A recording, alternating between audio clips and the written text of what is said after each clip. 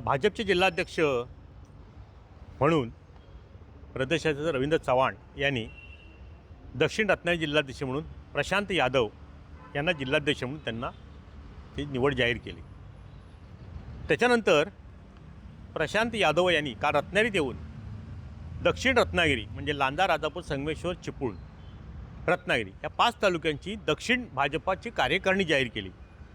साधारणपणे कार्यकारिणीमध्ये जवळपास निमंत्रितांसह धरलं तर संपूर्ण उपाध्यक्ष, सरचिटणीस असे मिळून जवळजवळ 100 जणांची जम्बो कार्यकारिणी आहे। आता प्रशांत यादव यांनी जिल्हा कार्यकारिणी जाहीर केली। प्रत्येक तालुक्याला त्यांनी प्राधान्य दिलं आहे। मग संगमेश्वरमधले असतील, चिपळूणमध्ये असेल, रत्नागिरी चिपळूणला त्यांनी अधिक प्राधान्य दिलं आहे। आता प्रशांत यादव हे गेल्या विधानसभेला महाविकास आघाडीचे उमेदवार म्हणून चिपळूण संगमेश्वर निवडणुकीच्या रिंगणात उतरले होते। त्याच्यानंतर त्यांनी एकंदरीत सारी परिस्थिती पाहिली आणि भाजपमध्ये प्रवेश केला आणि त्यानंतर त्यांनी घेतलेली लक्षणीय मतं, त्यांचा त्या मतदारसंघात असलेला दांडगा संपर्क यामुळे भाजपला त्यांची किंमत कळली आणि त्यांनी भाजपमध्ये त्यांचा प्रवेश करून घेतला आणि काही महिन्यांमध्ये त्यांना जिल्हाध्यक्षपदाची जबाबदारी दिली। आता प्रशांत यादव यांच्याकडे आता 5 तालुक्याची जबाबदारी आहे। भाजप संघटन वाढवायचं आहे आणि 2029च्या विधानसभेची तयारी करायची आहे लोकसभेसोबत। आता प्रशांत यादव संघटना वाढवण्यासाठी पक्षाकडनं पाठबळ मिळेल, पण ह्या 5 तालुक्याची राजकीय स्थिती पाहिली तर हे एक आव्हान आहे। रत्नागिरी जिल्ह्याचे पालकमंत्री उदय सामंत हे रत्नागिरी संगमेश्वर मतदारसंघाचे आमदार आहेत। त्यांचे बंधू लांजा, राजापूरचे आमदार आहेत भैया सामंत।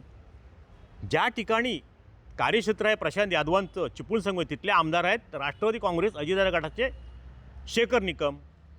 मग ह्या सगळी परिस्थिती महायुतीची असली तरी संघटना वाढवण्यासाठी प्रशांत यादवांना फार मेहनत घ्यावी लागणार आहे, परिश्रम घ्यावे लागणार आहेत। पहिली गोष्ट की पालकमंत्री उदय सामंतांसोबत त्यांना जुळवून घ्यावं लागेल।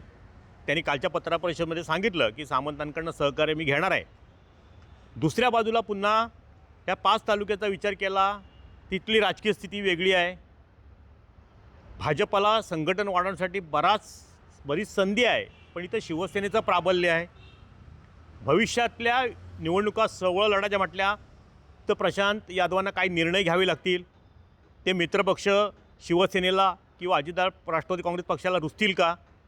ह्या साऱ्या परिस्थितीचा विचार केला तर प्रशांत यादवांना जिल्हाध्यक्षपदाची जरी संधी मिळाली असली तरी संघटना वाढीचं मात्र त्यांच्यासमोर आव्हान आहे।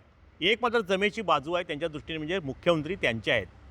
प्रदेशाध्यक्ष रवींद्र चव्हाण हे संघटनेला मानणारं नेतृत्व आहे, त्यामुळे ते त्यांना पाठबळ देतील। आणि ज्या पद्धतीने चिपळूण संगमेश्वर विधानसभा मतदारसंघात त्यांनी मतं घेतली, त्यांचा जो सहकार क्षेत्रातलं त्यांनी जे काम सुरू केलं आहे, वाशिष्ठी डेअरीच्या माध्यमातून शेतकऱ्यांशी थेट त्यांचा संपर्क येतो आहे, त्या माध्यमातून त्याची प्रणिती म्हणा किंवा त्याची प्रचिती विधानसभा निवडणुकीत आली, म्हणून त्यांनी इतक्या मोठ्या प्रमाणात मतं घेतली विधानसभेला। 3-3.5 फरकाने त्यांचा पराभव झाला आहे। म्हणजे संपर्क दांडगा आहे, संघटनेने पूर्णपणे त्यांच्यावर विश्वास टाकला आहे।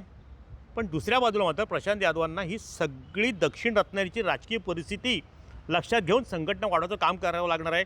कार्यकर्त्याची अपेक्षा वाढणार, कार्यकर्ता उभा करण्यासाठी विकास कामांची अपेक्षा राहणार। विकास कामं कार्यकर्ते देताना पुन्हा निधीचा विषय येणार। मग जिल्हा नियोजनमधून त्यांना किती प्रमाणात निधी मिळेल? परत आता जिल्हा परिषद निवडणुका झालेल्या आहेत, त्याच्यामध्ये जिल्हा परिषद सभापतीची निवडणूक होईल, विषय समितीच्या सभापतीच्या निवडणुका होतील, त्याच्यावर परत भाजपला काय देणार का? ह्याचासुद्धा कुठेतरी पाठपुरावा म्हणा किंवा एखादा शब्द पालकमंत्र्यांना त्यांना टाकावं लागेल। मिळेल असं आजच्या परिस्थिती दिसत नाही, कारण 41 सदस्य 56 पैकी शिवसेनेचे आहेत, त्यामुळे शिवसेनेमध्येच अनेकांना संधी द्यायची असल्याकारणाने तसं काही घडेल असं वाटत नाही। पण पुन्हा थोडीफार कुरबुरी कार्यकर्ते राहणार आहे।